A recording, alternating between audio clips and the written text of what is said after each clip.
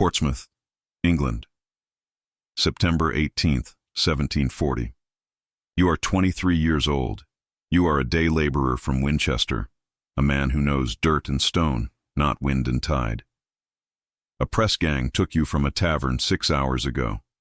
You are currently standing barefoot on the lower gun deck of His Majesty's ship Centurion. You are standing inside a wooden box holding 400 men, 600 rats, and one small fire. In 1 hour, you will meet the surgeon. In 1 day, you will watch a man flogged until his back resembles charred meat. In 1 week, you will understand exactly how you are going to die. Not from battle, not from a storm, not from any of the things you thought a navy killed you with. This ship is about to sail with 1,854 men aboard 6 vessels. 4 years from now, 188 will return. These are your first 7 days, because that is when the arithmetic of your death becomes visible. You did not sign anything. That is the first thing you must understand about the Royal Navy in 1740. Signing was for volunteers, and volunteers were rare. A statute passed this very year, the 13th of George II, Chapter 17, legalized the press. Any seaman between 18 and 55 could be taken from the street, from a tavern, from an inbound merchant ship at anchor. In a war year, the exemptions vanish. You are not a seaman. You are a day laborer. Legally, you should be safe. You are not safe. A quarter of the men breathing heavily on this dark deck were pressed. Some were volunteers. Some, like you, were somewhere in between, drunk, alone, and in the wrong place at the wrong time. The purser writes you into the muster book at 18 shillings a month, the landsman rate. Your family in Winchester will not know what happened to you for weeks. Your pay begins on paper today. The Navy holds 6 months of it back on principle to discourage men from running. Because men do run. 25% of every crew tries it, mostly in the first days before the massive sails go up. To swim ashore from Spithead is to swim 2 miles in freezing water. To bribe a boatman is to be turned in for the reward. To desert during a war is to hang under Article 16. You will not run. You look up above you. On the quarterdeck, an admiral in a blue coat stands watching the tide. His name is George Anson. He is about to sail 6 ships around the world. You have never heard of him. But below you, 400 men are already asleep in 14 inches of hammock space. One of them is about to teach you what 14 inches truly feels like. The Centurion is 144 feet long. It carries 60 guns and 400 men. That is 7 square feet of deck per man on paper. You will not get 7 square feet. You will get 14 inches, the width of your 2 hands laid flat.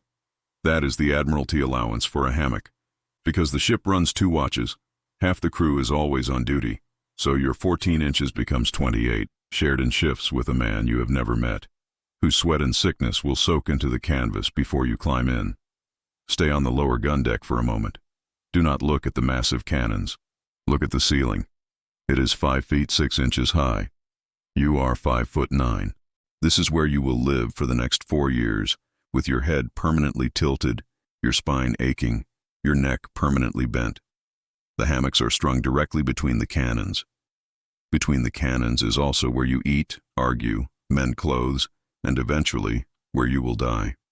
Your world is a 2-foot stretch of hanging pine table between 2 3-ton iron guns. There is no natural light. In foul weather, the gun ports close and the deck goes pitch black by 3 in the afternoon. There is no toilet. The heads are grated seats at the absolute front of the ship, hanging precariously over the freezing bow wave. Officers have quarter galleries at the stern. Officers have chairs. You do not. Below the orlop deck is the hold. Below the hold is the bilge, a sealed, stagnant pocket of ancient seawater, rotting food, dead rats, and cook's grease. The bilge is where the ship remembers everything it has ever done. You will smell it for 4 years, a suffocating, sulfurous stench that clings to your wool coat and your skin. But the smell is not the killer. What kills you here is what breeds in it. By dawn, you will notice the second machine that runs on this ship without stopping. It is the ration. Here is what the Royal Navy fed a man in 1740, because what they fed him is also what killed him. At 6 in the morning, the boatswain's mate pipes up hammocks. You go to your mess. 6 men to a table. Breakfast is burgoo. Breakfast is burgoo. Oatmeal boiled in water, sometimes with a smear of rancid butter, sometimes without. The regulations of 1731 tell you the rest. 1 pound of biscuit a day, 1 gallon of small beer a day. Salt beef on Tuesday and Saturday. Salt pork on Sunday and Thursday. Peas, pudding, oatmeal, cheese, and butter on the other days. 5,000 calories on paper. A feast for a peasant. In reality, the salt beef has been in the cask for 6 months. It is the color of dark mahogany. Sailors call it salt horse. It is so hard it can be carved into intricate boxes. When you bite it, you taste pure brine, and under the brine, something older, something decaying. You have to soak it in toad water just to make it soft enough to chew, and even then, it strips the lining of your throat. The biscuit is worse. It is baked 4 times over so it lasts for years. It is as hard as a cobblestone. And it is not the weevils that sailors will remember in their memoirs. It is the bread beetle. Small brown larvae called bargemen that live deep inside the flour. You have to wrap the biscuit hard on the oak table before you eat it.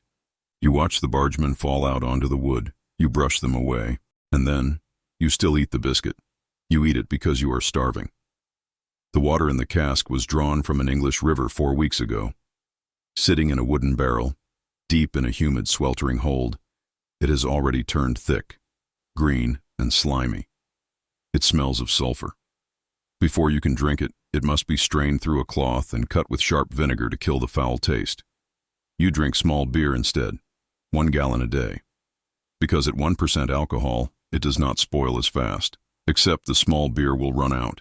When it does, the fleet issues rum. But this year, a new order came down.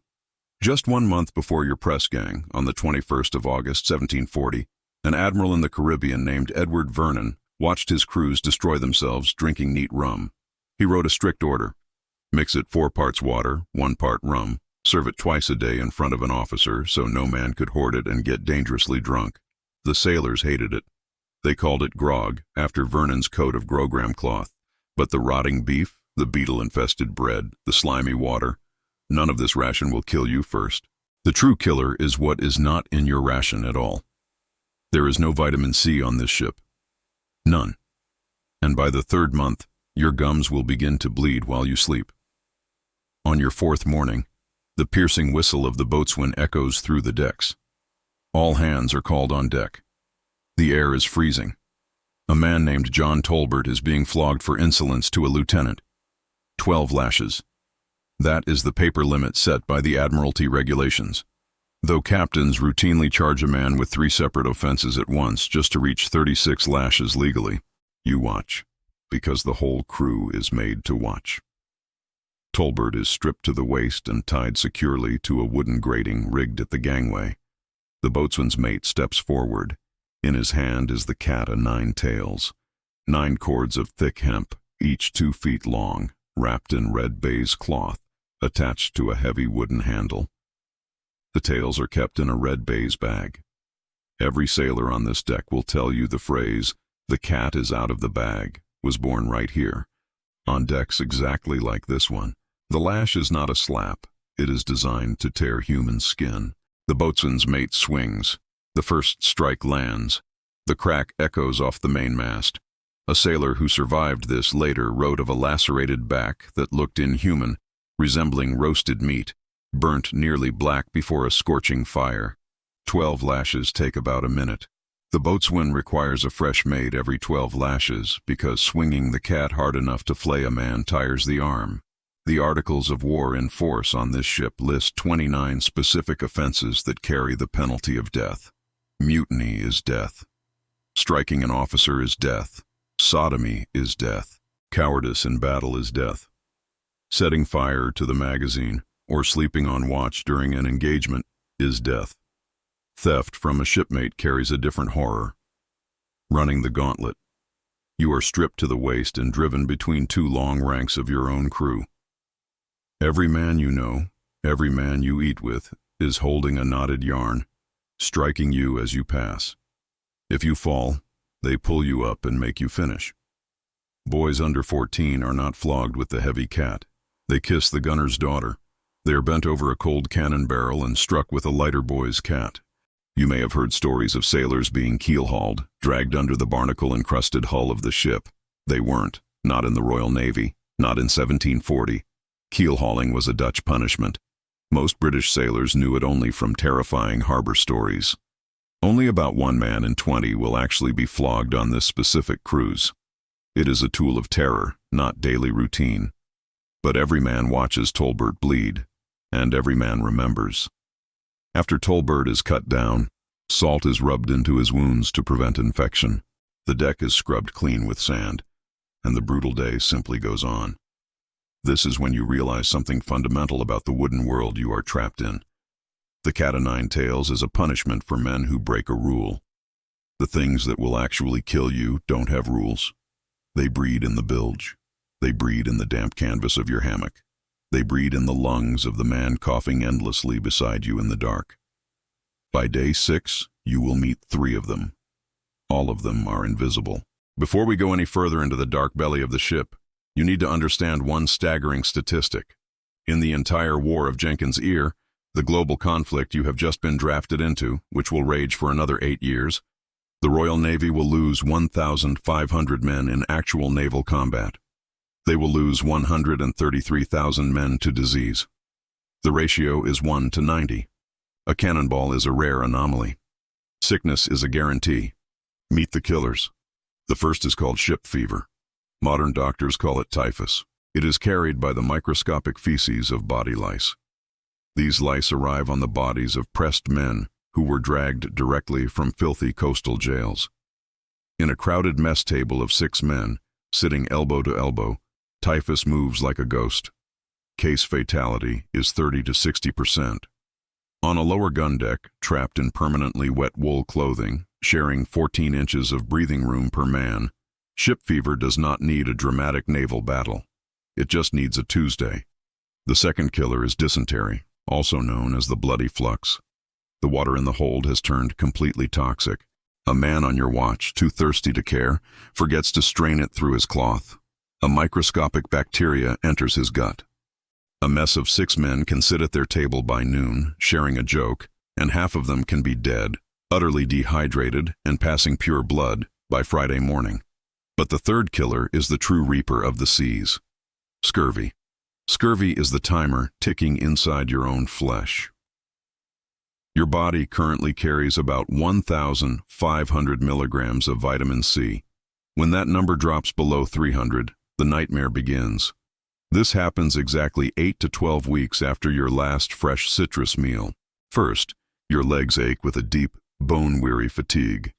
You think it is just the hard labor of hauling the main yards. Then, your gums begin to swell, turning dark purple and spongy. And then, the true horror begins.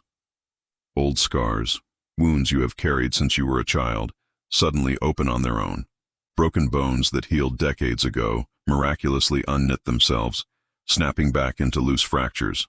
Because vitamin C is the vital component your body uses to build and maintain collagen. Without it, your body literally forgets how you were sewn together. It begins to dissolve itself. A chaplain on this very voyage named Richard Walter will document this descent into hell. He will describe your face. Putrid gums, ulcers of the worst kind, rotten bones, and a luxuriancy of fungus flesh bursting from your mouth. He will describe what happens if you try to simply stand up for your watch. He wrote, "It was no uncommon thing for those who were able to walk the deck and do some kind of duty to drop down dead in an instant. The fourth killer waits 6 months from now in the sweltering heat of the Caribbean. Yellow fever, transmitted by mosquitoes. Case fatality, 50 to 70%. In a massive landing force at Cartagena de Indias coming next April, yellow fever will effortlessly kill 18,000 out of 29,000 British soldiers and sailors. Now, look around the dim, lantern-lit deck of the Centurion. Look at the shadows on the oak walls. Who in your mess is coughing tonight? Who drew water from the fouled cask at the bottom of the hold? Which of the terrified men next to you came aboard directly from Newgate Jail, scratching at his collar? You will find out who you shared your 14 inches with, only when he stops moving in the middle of the night. On day 7, the ship rolls violently in a sudden channel squall. A man in your mess named Cooper loses his footing. He slips on the wet deck. An unsecured 2-ton gun carriage rolls back, crushing his right foot against the heavy wooden bulkhead. The bone shatters completely. You and another man take him below. You climb carefully past the lower gun deck, past the orlop deck, down into a curtained, suffocating corner of the ship called the Cockpit. It is named after the pit where roosters fight to the death. The name is not a metaphor. It is painted red so the blood will not show and panic the men. The surgeon's name is Wilson. He is not a commissioned gentleman officer.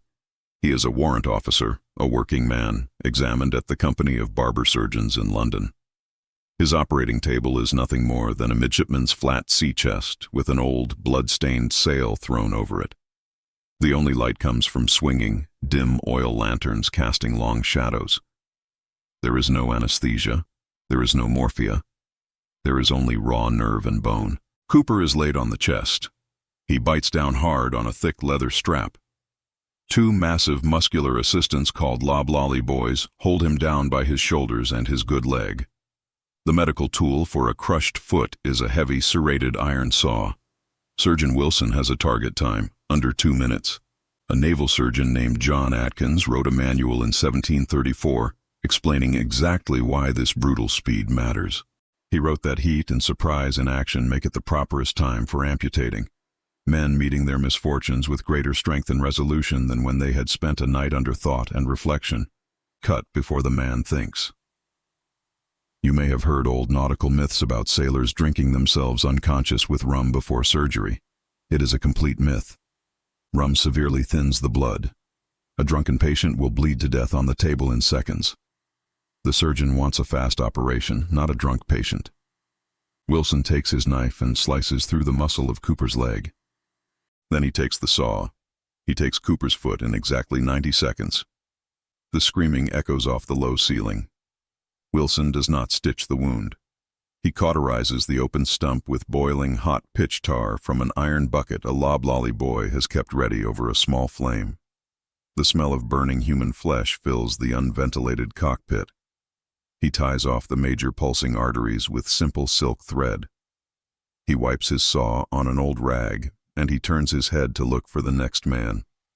You carry Cooper back to a dark, damp corner of the orlop deck that has no name. There will not be a formal sick berth established on a Royal Navy warship until 1805. Cooper will lay there in the dark. But Cooper will not die on the table. Cooper will die 4 days from now. Because the trauma of the amputation is not what kills a man in 1740. What kills him is what arrives on day 4, breeding in the fresh, open stump, a raging fever, a sudden, terrifying smell of sweet, rotting fruit, a wound that turns black and will not close. Naval surgeons call it hospital gangrene. The mortality rate after amputation on a wooden warship is between 50 and 90%. Surgeon Wilson washes his bloody hands in the exact same wooden bucket of water he will use for the next 50 patients. Which brings us back to the upper deck. Portsmouth, September 18, 1740. You are 23 years old. You are standing in 14 inches of allotted hammock space on the Centurion. High above you, Commodore George Anson, in his tailored blue coat, gives the final order to weigh anchor. His squadron is 6 heavily armed warships, 2 small supply pinks, and 1,854 men. They are sailing into the deep Pacific to attack the Spanish treasure galleons. It is the most ambitious, dangerous mission the Royal Navy has attempted in living memory. 4 years from now, only one ship will come home. The Centurion will miraculously arrive back at Spithead on the 15th of June, 1744. But she will arrive with only 188 men aboard. 90% of the men you are looking at right now will be dead. Of those 1,300 total deaths across the squadron, 4, exactly 4, will be from combat with the Spanish. The rest will be from scurvy. The Centurion alone will drag 43 of her dead crew out of the hold and drop them into the sea in April of 1741. They will bury 86 more in May. At the island of Juan Fernandez in June, the chaplain will sit in his cabin and write that for the first 10 or 12 days, they buried rarely less than 6 each day. Meanwhile, across the world in the Caribbean, this exact same year, This exact same navy will launch a massive amphibious assault on a Spanish colonial city called Cartagena de Indias. 29,000 men will sail with Admiral Vernon. 18,000 of them will die in the jungle dirt. 1,000 of them will fall in battle. 17,000 will rot from yellow fever. An American colonial officer in that landing force is named Lawrence Washington. He will miraculously survive the fever, return to Virginia, and name his family estate after his commander, Admiral Vernon, Mount Vernon. Half a century later, his younger brother George will inherit it. You do not know any of this history that is about to unfold. You know only that the heavy oak deck beneath your bare feet is moving, that the cold Atlantic wind is rising violently and the immense canvas sails above you, that the safe, green coast of Portsmouth is beginning to slide away to the north, disappearing into the gray fog. You wouldn't die in your first week. You would survive it. But you would find out in your first week exactly how you were going to die. Because the arithmetic of your death is already written into the very timber of this ship. It is written in a book you will never read by a chaplain named Walter in a terrifying phrase that will one day describe your own face. Putrid gums, ulcers of the worst kind, rotten bones. You have 4 years. The man you are standing in for, the men who actually sailed on this doomed voyage, they didn't survive because they were exceptionally strong. They didn't survive because they were blessed or lucky. They didn't survive at all. But the brutal navy that broke them, that threw their bodies into the Pacific, is the reason your world works today. Every hospital ship built after them carried a barrel of lemon juice. Every clean filtered water tank on every modern vessel exists because 1,000 men on Anson's squadron died of a disease a chaplain in 1748 already knew how to cure. It just took another 47 years of needless death for the Admiralty to finally listen and issue the citrus mandate. The next time you turn a tap in your kitchen and clean, clear water comes out, and you never once think about dysentery or cholera, that is the world he built. The next time you sleep flat on a soft mattress, alone, stretching your arms wide without hitting a cannon barrel, that is the world he built. The next time you swallow a manufactured pill and a raging fever breaks in hours instead of killing you, that is the world he built. The next time you eat a hot meal that doesn't move on its own, that doesn't shatter your teeth, that is the world he built. Every ordinary, mundane comfort in your ordinary day is the hard-won answer to a medical question that took a nameless man 4 years, 10,000 miles of endless ocean, and his own life to solve.